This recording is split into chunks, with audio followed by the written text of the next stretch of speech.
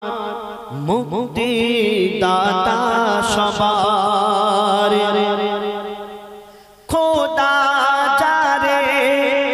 বন্ধু করে দিল যে উপহার আল আমিন নবী আমার মুক্তি দাতা সবার খোদা যারে বন্ধু করে দিল যে উপহার আল আমিন নবী আমার দেখো যে জগৎবাসী দেখো দেখো রবি শশী দয়া মায়ার সাগর লো সবার মুখে ফোটায় হাসি দেখো দেখো জগৎবাসী দেখো দেখো রবি শশী দয়া মায়ার সাগর লো সবার মুখে ফোটে হাসি এলো নেমে ফারিস্তারা দেখে হলো আত্মহারা হয়নি এমন হবে না আর মোহাম্মদ নাম যার আল আমিন নবী আমার মুক্তি দাতা সবার পথের ধারে বাধা ছিল অবলা এক বনের হরিণ সে পথ দিয়ে যেতেছিলেন আমার প্রিয় নবী করে দয়ার নবী রাস্তা দিয়ে হেঁটে হেঁটে যায় দেখে রাস্তার ধারে একটা ওই হরিণীকে বেঁধে রেখেছে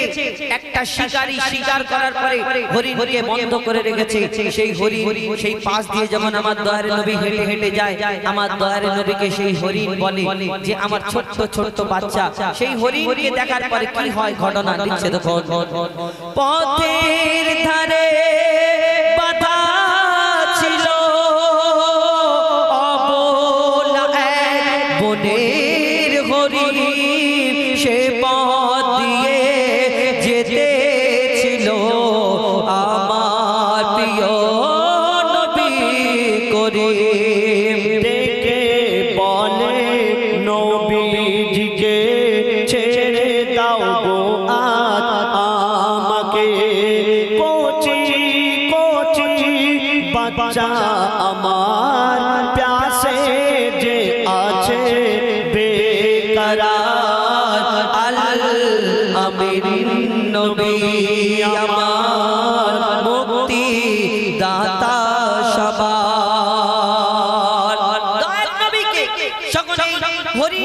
যখন বলল ইয়া রাসূলুল্লাহ ইয়া হাবিবাল্লাহ আপনি তো সব জানেন আমার ছোট ছোট বাচ্চা আছে তারা দুধ খাবার জন্য বেকরার হয়ে আছে ইয়া রাসূলুল্লাহ ইয়া হাবিবাল্লাহ আপনি আমাকে একটু ছাড় দিন আমি সঙ্গে সঙ্গে যাব গিয়ে আমার ছোট ছোট কচি কচি বাচ্চাদের দুধ খাইয়ে আবার আমি ফিরে আসব যখন এই কথা বলে একটা হরিণ বা একটা কোনো জিনিস যদি আমরা অবলা পশুকে যদি কোনো কিছু বলি সে যদি চলে যায় সে ফিরে আসবে না আমার দয়ার নবীকে যখন কথা দিয়েছে সেই হরিণকে ছেড়ে দেওয়ার পরে সেই যে জঙ্গলে যে শিকারী বেঁধে রেখেছিল শিকার করে সেই শিকারী সঙ্গে সঙ্গে হাজির হলো তারপর কি হয় লিখছে দেখো হরিণ যখন ছেড়ে দিল শিকারী এক তখন এলো বলে বিনা হুকুম আমার হরিণ কেন ছাড়া পেল দয়ার রাসূল বলে তারে যতক্ষণ না আসে ফিরে বেঁধে রাখো তুমি আমার এই আবেদন যে আমার আল আমিন নবী আমার মুক্তি দাতা সবার খোদা যারে বন্ধু করে দিল যে উপহার আল আমিন নবী আমার দুধ পান করিয়ে যখন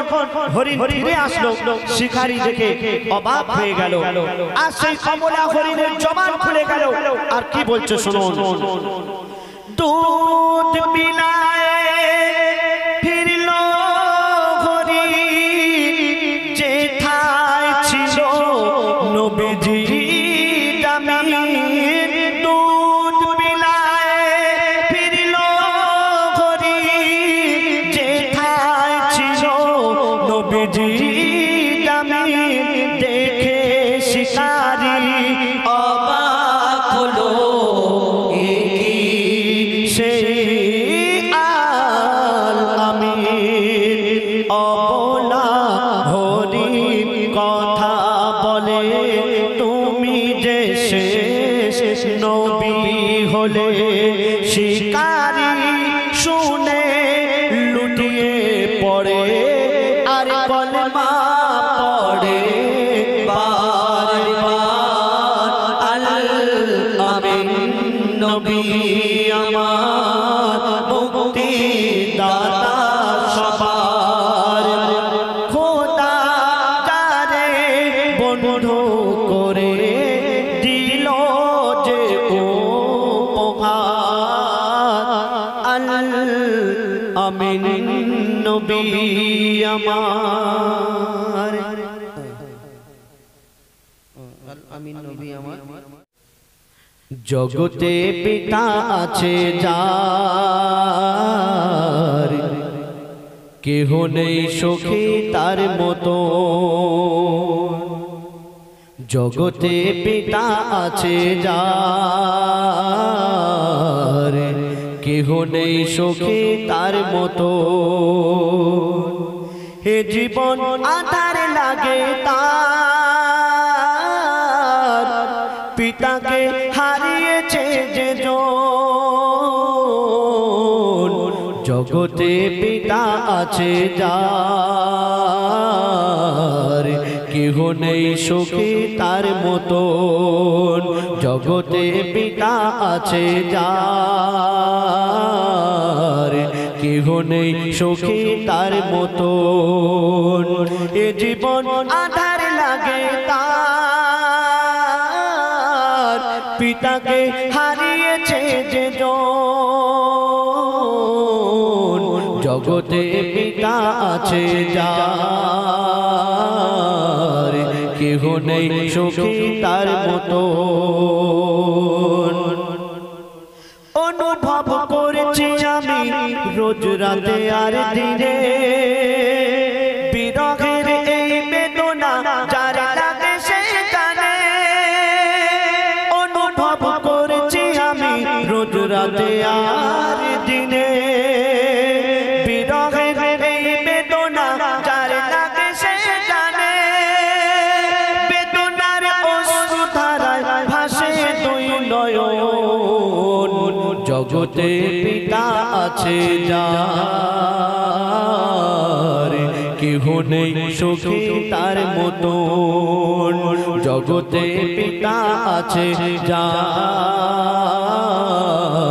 কেহ নেই সখী তার মতন আমরা যখন ছোট ছিলাম আব্বাকে কত ভালোবাসতাম আব্বা যে কথা বলতো আমরা শুনে নিতাম কিন্তু দেখবেন একটু বয়স হয়ে গেলে জওয়ান হয়ে গেলে সেই জওয়ান ছেলে আর বাপের কথা শুনতে চায় না তো বলছে শুনুন বয়সের ঘূর্ণি বাতাস লাগতো যখন গায়ে শুনিনি পিতার কথা কখনো মন দিয়ে বাপ যে কথা বলে মনে অনেক কষ্ট হয় রাগ হয় কেন বাপ যেটা বলছে ভালোর জন্য বলছে যদি আমরা মেনে নিই তাহলে আমাদের জীবন সফল হবে তো বলছে শুনুন বয়সের ঘূর্ণি বাতাস লাগতো যখন গায়ে শুনিনি পিতার কথা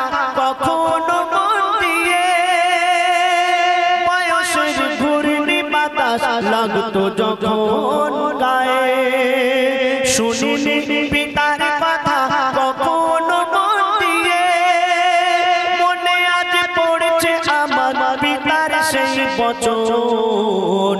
জগতে পিতা আছে যার কেহ নেই সুখী তার মতন জগতে পিতা আছে যার কেহ নেই সুখী তার মতন এ জীবন আধার লাগে তার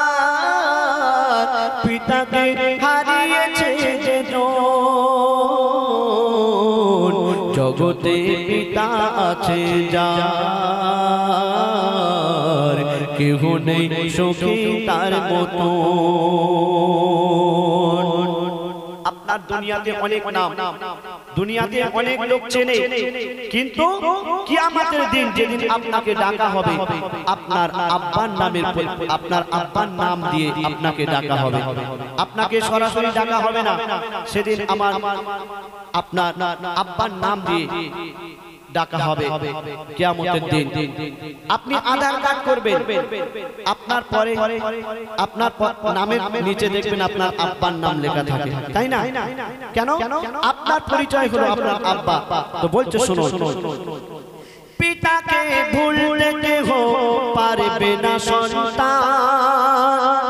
সন্তানের শিরায় শিরায় পিতার অবদান পিতাকে ভুলতে কেহ পারবে না সন্তান সন্তানের শিরায় শিরায় পিতার অবদান পিতা অতি কষ্ট করে সন্তানের জীবন জগতে পিতা আছে যার কেহ নেই সুখী তার মতন জগতে পিতা আছে যার কেহ নেই সুখী তার মতন আমি হই যেমন যতই হোক না আমার দাম পরিচয় আমার হলো আমার পিতার নাম আমি হই যেমন যতই হোক না আমার দাম পরিচয় আমার হলো আমার পিতার নাম যাসে বলে পিতার মতো আর কেহ নেই আপন জগতে পিতা আছে যার কেহ নেই সুখী তার মতন জগতে পিতা আছে যার কেহ নেই সুখী তার মতন এ জীবন আধার লাগে তার পিতাকে হারিয়েছে যে জগতে পিতা আছে যার কেহ নেই সুখী তার মতো শুনে আমি অনুরোধ করব জানাতে আব্বা মা এখনো মুক্তিদাতা আল আমিন নবী আমার ভবনে তুমি অনন্য উপহার মুক্তিদাতা আল আমিন নবী আমার ভবনে তুমি অনন্য উপহার মুক্তিদাতা আল আমিন নবী আমার ভবনে তুমি অনন্য উপহার খোদার তরে দেশান মহৎ বুদ্ধিমান খোদার তরে দেশান মহৎ বুদ্ধিমান নূরে নূরান্বিত রূপের বাহার মুক্তিদাতা আল আমিন নবী আমার ভবনে তুমি অনন্য উপহার মুক্তিদাতা আল আমিন নবী আমার ভবনে তুমি অনন্য উপহার আমার নবীকে আল্লাহ এত সুন্দর করে ধরনীর বুকে পাঠানে অনেক মানুষ জানার আছে আমরা আমার নবীকে আমার মতো তোমার মতো এইরকম আমরা যেরকম সাধারণ মানুষ আমাদের মতো মনে করে থাকি তাহলে আমরা যদি কোনো একটা আলো ঘরেতে ঢুকে যায়, আমাদের ছায়াতে সেই ঘরটা অন্ধকার হয়ে যায়। কিন্তু আমার দয়ার নবী দো জাহানের বাদশা, এই দুনিয়াতে তাকে আল্লাহ এত সুন্দর করে ধরনীর বুকে পাঠালেন। তিনি অন্ধকার ঘরের মধ্যে ঢুকলে সেই অন্ধকার ঘরেতে যদি একটা সুচ পড়ে থাকতো, সেই সুচটাও খুঁজে পেত। আল্লাহ এত সুন্দর করে ধরনীর বুকে পাঠালেন। কবি ছন্দের মাধ্যমে লিখছে দেখো, আধার ঘরেতে তোমার আভাতে সুচ খুঁজে পাওয়া যেত, তোমার বিনয়ী শালীন ব্যবহার সবাইকে মুগ্ধ করিত। আধার ঘরেতে তোমার আভাতে সুচ খুঁজে পাওয়া যেত, তোমার বিনয়ী শালীন ব্যবহার সবাইকে মুগ্ধ করিত। মিষ্টি মধুময় মুখের ভাষা তোমায়, মিষ্টি মধুময় মুখের ভাষা তোমায়, অনুপম তুমি সেরা রূপকার। মুক্তিদাতা আল আমিন নবী আমার, ভুবনে তুমি অনন্য উপহার। মুক্তিদাতা আল আমিন নবী আমার, ভুবনে তুমি অনন্য উপহার। আমার নবী আমার মতো তোমার মতো এরকম সাধারণ মানুষ এই দুনিয়াতে আমরা চিন্তা ভাবনা যারা করি, তাহলে একবার ভাবা দরকার আমার নবীকে আল্লাহ কি সম্মান, কি মর্যাদা, কি মার্তবা দিয়েছিল। একটা ডাক্তারকে বলুন না, কারো যদি চোখ খুলে পড়ে যায় নিচে ছিটকে, সেই চোখটা আবার লাগিয়ে দিয়ে মিশেলের দ্বারা আবার সেই চোখে দেখানোর জন্য পারবে না। আমার দয়ার নবী সাহাবী একজন ওই যুদ্ধের ময়দানে ওই শত্রুদের আঘাতে একটা চোখ ছিটকে পড়ে গেল নিচেতে। আমার দয়ার নবীকে আল্লাহ কি সম্মান দিয়েছিলেন, কবি ছন্দের মাধ্যমে লিখছে দেখো, যুদ্ধের ময়দানে চোখু জমিনে খসে পড়ে এক সাহাবী, রাসূলের কথায় চোখু ফিরে পায়, ছিল এমনই এক নজির। যুদ্ধের ময়দানে চোখু জমিনে খসে পড়ে এক সাহাবী, রাসূলের কথায় চোখু ফিরে পায়, ছিল এমনই এক নজির। আগের তুলনায় যে চোখ ফিরে পায়, আগের তুলনায় যে চোখ ফিরে পায়, বেড়ে গেল তাতে দ্বিগুণ পাওয়ার। মুক্তিদাতা আমিন নবী আমার, ভুবনে তুমি অনন্য উপহার। মুক্তিদাতা আমিন নবী আমার, ভুবনে তুমি অনন্য উপহার। শেষ ভালোবাসা সম্পর্কে লিখছে, এই দুনিয়াতে ভালোবাসা করি না, এই মাসটা আবার ভালোবাসার মাস না। 1 তারিখ থেকে নিয়ে আর 28 তারিখ পর্যন্ত কোথায় এই ডে কোথায় ওই ডে, কোনোদিন শেষ হয় না। দেখবেন চারিদিকে রাস্তাঘাটে আসার সময় দেখলে তো কত মাথা খারাপ। এখন সেই যাক বলে বোঝানো যাবে না, বললে এখন তবু তো আমার এই ইউটিউবার ভাইরা দুজন যারা আছে এনারা নিজেদের লোক। এখন যদি কোনো কথা যদি বলি ইয়ার কি চলে, সেই কথাটাকে তুলে ভালো করে কাটিং করে ওটা করে ছাড় ইউটিউবে। একটা মাইক ম্যান, আমি এক্ষুনি বসে বসে দেখছিলাম ইউটিউবেতে, একটা মাইক বাচ্চা হারিয়ে গেছে। সেটা আবুল কালাম বলছে যে একজন একটা বাচ্চা হারিয়ে গেছে, স্টেজের মধ্যে আছে, যদি কারোর বাচ্চা হয় নিয়ে যাও। সেটা ফাঁস করে ভালো করেছে, এটা ছাড়ার কোনো কারণ। একটা মাইকওয়ালার নাম হলো রাজু সাউন্ড, আমরা আমাদের ওইদিকে আমাদের কাছের মানুষ তো রাজু দাস সাউন্ড আমি বলেছি। আর সেখানে কি করে একটা পারাটা লেগে, পরাটা কি রাজুদার পরাটা নাকি, সেই রাজুদার পরাটা লেগে বলে রাজুদার পরাটার গজল, আমরা নাকি পরাটার গজল। ভাবো কি বলবো, এই যে মাসটা চলছে ভালোবাসার মাস, আমরা ভালোবাসি দুনিয়াতে। এই দুনিয়ার ভালোবাসা কিছুটা ভালো, 30% ভালো, 70% ভালো না। কেন? এই 70% ভালোবাসা আপনার এখন ডিজিটাল যুগ, ফোনের আগে তবু চিঠি দেওয়া দেওয়া ভালোবাসাতে তবু অনেকটাই ভালো ছিল, আদব ছিল। কিন্তু এখন হ্যালো, এইখান থেকে ওইখানে আর ওইখান থেকে ওইখানে, কাল সকাল হয়ে গেলে সব ভুলে গেল। এই ভালোবাসা আস্তে আস্তে মানুষকে চুল্লুখোর বানিয়ে দেয়। দেখবেন একটা ভালোবাসা একজনের সঙ্গে আরেকজনের ভালোবাসা সে পেল না, তাই দুঃখে বাবা গো কি কষ্ট, ওই সাইডে গিয়ে একটুখানি চুল্লু খেয়ে নে। তার মানে কি ভালোবাসা চুল্লুখোর বানিয়ে দিচ্ছে। কিন্তু তুমি এই দুনিয়ার ভালোবাসা এমন ভালোবাসা চুল্লুখোর বানায়, এই ভালোবাসার দরকার নেই। এমন ভালোবাসতে হবে কাল কিয়ামত পর্যন্ত এই ভালোবাসার রংটা সেখানের জন্য ছড়িয়ে যায়। মোহাব্বত করো তো দিল সে করো, जो कयामत तक रोशन रहे। কেমন ভালোবাসবে, কবি ছন্দের মাধ্যমে লিখছে দেখো, ভালোবাসি আজ ভালোবাসিব মনে প্রাণে নির্ভাবনায় তোমায় যদি পাই আর কিছু না চাই তোমায় যদি পাই আর কিছু না চাই রবে না আখিরাতের ভয় ভালোবাসি আজ ভালোবাসিব মনে প্রাণে নির্ভাবনায় তোমায় যদি পাই আর কিছু না চাই রবে না আখিরাতের ভয় মুজিবুল থাকিলে নবী প্রেম নলে হুজাইফা থাকিলে নবী প্রেম নলে কবর হাসর মিজানে পাবে ছাড় মুক্তিদাতা আল আমিন নবী আমার ভুবনে তুমি অনন্য উপহার মুক্তিদাতা আল আমিন নবী আমার ভুবনে তুমি অনন্য উপহার মুক্তিদাতা আল আমিন নবী আমার ভুবনে তুমি অনন্য উপহার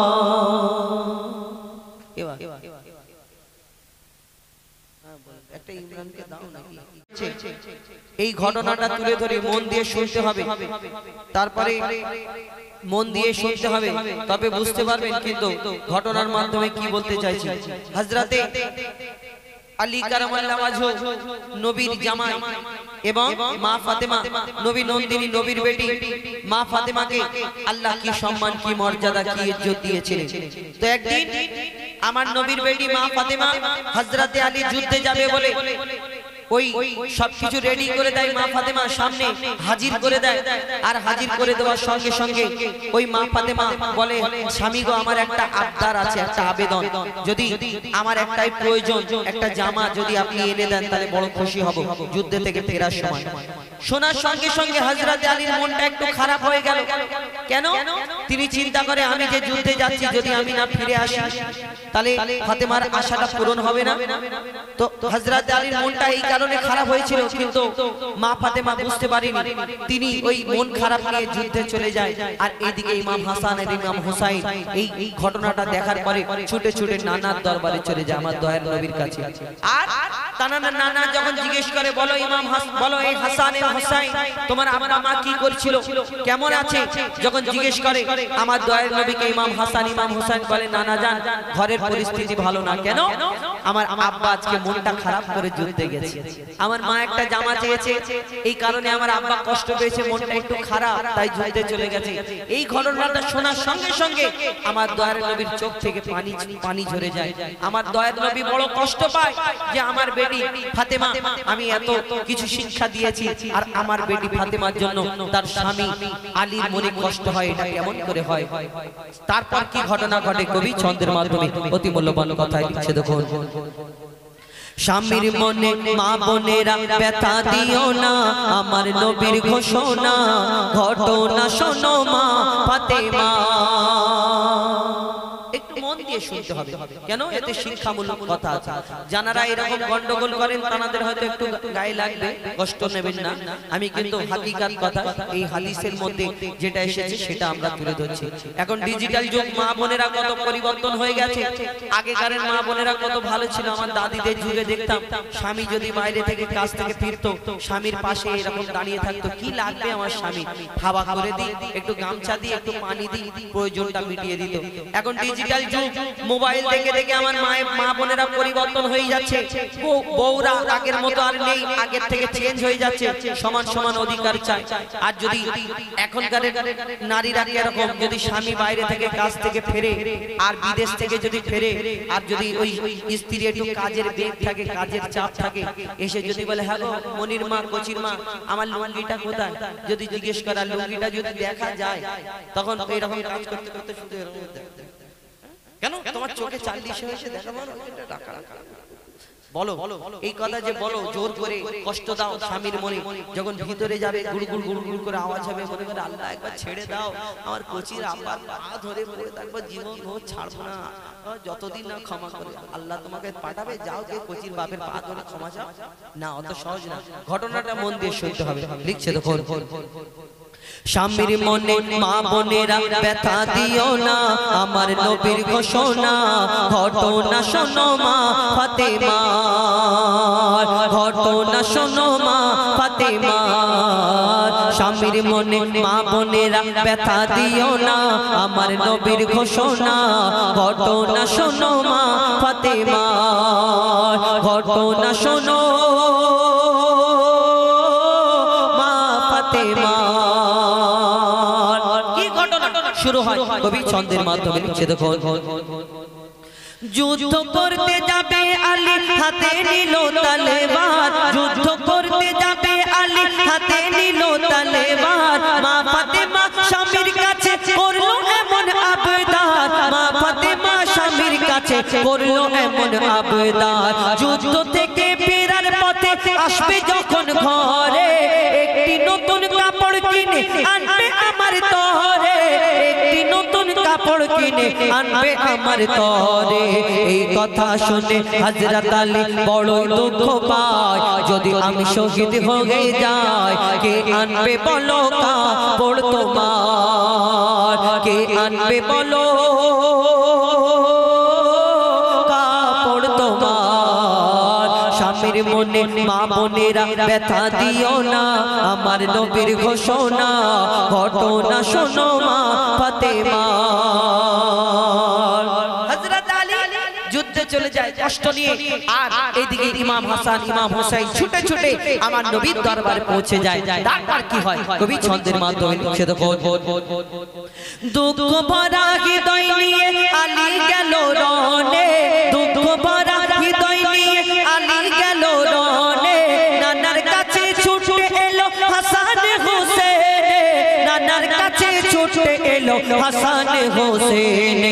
আপুর কাছে নতুন কাপড় চেয়েছে আমি জান তাই আপুর মনটা খুবই খারাপ ছিল যে সে পেরেশান আপুর মনটা খুবই খারাপ ছিল যে সে পেরেশান এই কথা শুনে দয়ার নবীর কান্না থামে না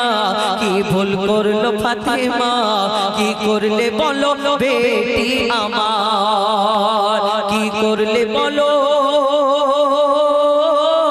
বেটি আমার দয়ার নবী এই কথা শোনার সঙ্গে সঙ্গে তিনি কেঁদে ফেলে ঝরঝর করে কাঁদে আর তারপর কি ঘটনা হয় মা ফাতেমা তো তিনি বুঝতে পারেনি তিনি নিজের কাজেতে ব্যস্ত কিন্তু মা ফাতেমা লক্ষ্য করে দয়ার নবী মা ফাতেমার ঘরে প্রত্যেকদিন খোঁজ খবর নিতে আসতেন দেখা করতে আসতেন একদিন হয়ে গেল দুদিন হয়ে গেল তিন দিন হয়ে গেল আমার দয়ার নবী আর মা ফাতেমার বাড়িতে আর আসে না কেন আসে না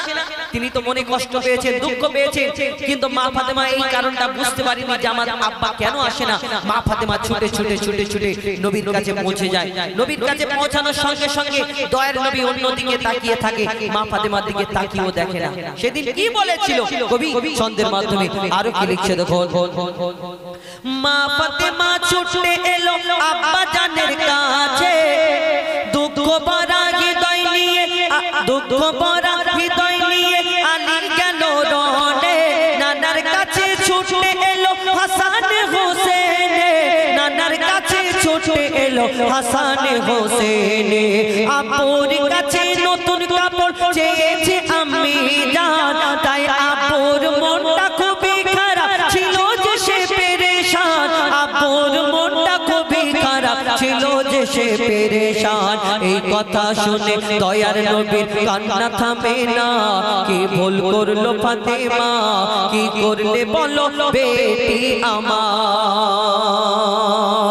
তারপর কি হয় মা ফাতেমা যখন দয়ার নবীর ঘরে যায় তারপর কি ঘটনা হয় লিখছে দেখো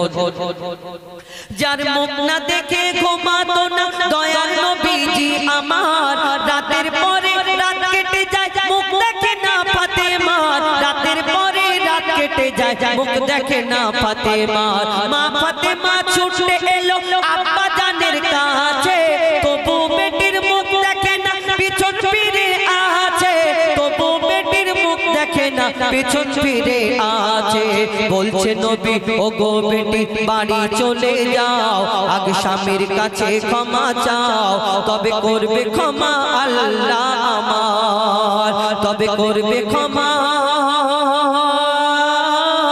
আল্লাহ আমার স্বামীর মনে মা বোনেরা ব্যথা দিও না আমার নবীর ঘোষণা ঘটনা শোনো মা ফাতেমা আমার দয়ার দয়ার নবীর এই কথা শুনে তিনি বড় কষ্ট পেয়েছেন, ছুটে ছুটে নিজের ঘরে চলে যাচ্ছেন। গিয়ে তিনি চিন্তা করে শুধু কাঁদতে থাকে, আল্লাহর কাছে ফরিয়াদ করে, আল্লাহ আমার স্বামীকে আমি এত কষ্ট দিয়েছি আমি বুঝতে পারিনি, আমার স্বামী কতক্ষণে আমার বাড়িতে ফিরে আসে। মা ফাতেমা দরজাটা বন্ধ করে বসে থাকে, অপেক্ষা করে হযরতে আলী আসবে। আর এক সময় টুক টুক টুক টুক করে দরজার আওয়াজ হয়, ফাতেমা তুমি দরজা খোলো। দরজা খোলার সঙ্গে সঙ্গে হযরতে আলী প্রবেশ করার পরে তার যা প্রয়োজন মিটিয়ে দেওয়ার পরে মা ফাতেমা পা দুটোকে জড়িয়ে হাউ হাউ করে কাঁদে, স্বামী গো আজকে তোমাকে কষ্ট দিয়েছি, তাই এই কারণে আমার আব্বা আমার প্রতি নারাজ, আমার আল্লাহ আমার আব্বা আমার প্রতি নারাজ। এই কথা বলার পরে হযরতে আলীকে সব ঘটনা খুলে বলার পরে হযরতে আলী, মা ফাতেমা, ইমাম হাসান, ইমাম হোসেন চারজন মিলে আমার দয়ার নবীর কাছে পৌঁছে যায়। সেই দিন আমার দয়ার নবী মা ফাতেমাকে কি বলেছিল এই উম্মতের শিক্ষার জন্য। এখন ডিজিটাল যুগ, আমরা কি করি কবি ছন্দের মাধ্যমে সেই সম্পর্কে লিখছে। দেখো, যুদ্ধ